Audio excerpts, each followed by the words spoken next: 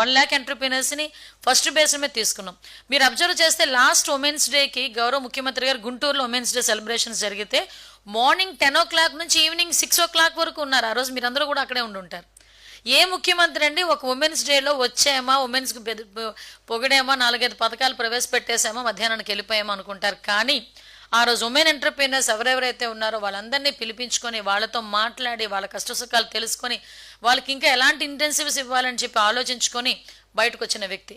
అదే ముఖ్యమంత్రి ఈరోజు ఒక ఎంఎస్ఎంఈ పార్క్స్ని కూడా ప్రత్యేకంగా ఒక ఇండస్ట్రియల్ పార్క్ని మహిళలకు అప్పచెప్పారంటే ఈరోజు మహిళల మీద మాకున్న చిత్తశుద్ధి ఏంటో మీకు అర్థమవుతుంది. అంటే మేము కేవలం మా ఎన్డీఏ కూటమి కానీ తెలుగుదేశం పార్టీ కానీ మహిళల్ని ఓట్ బ్యాంకుల కింద మేము ఉపయోగించుకోలే. మహిళా శక్తిని కరెక్ట్గా కనుక ఉపయోగించుకుంటే ఆంధ్రప్రదేశ్ రాష్ట్రం ఏదైతే 2047కి మనం ప్రపంచంలో మొట్టమొదటి స్థానంలో ఉండాలి అనుకుంటున్నామో, అట్ ద సేమ్ టైం ఈ మహిళా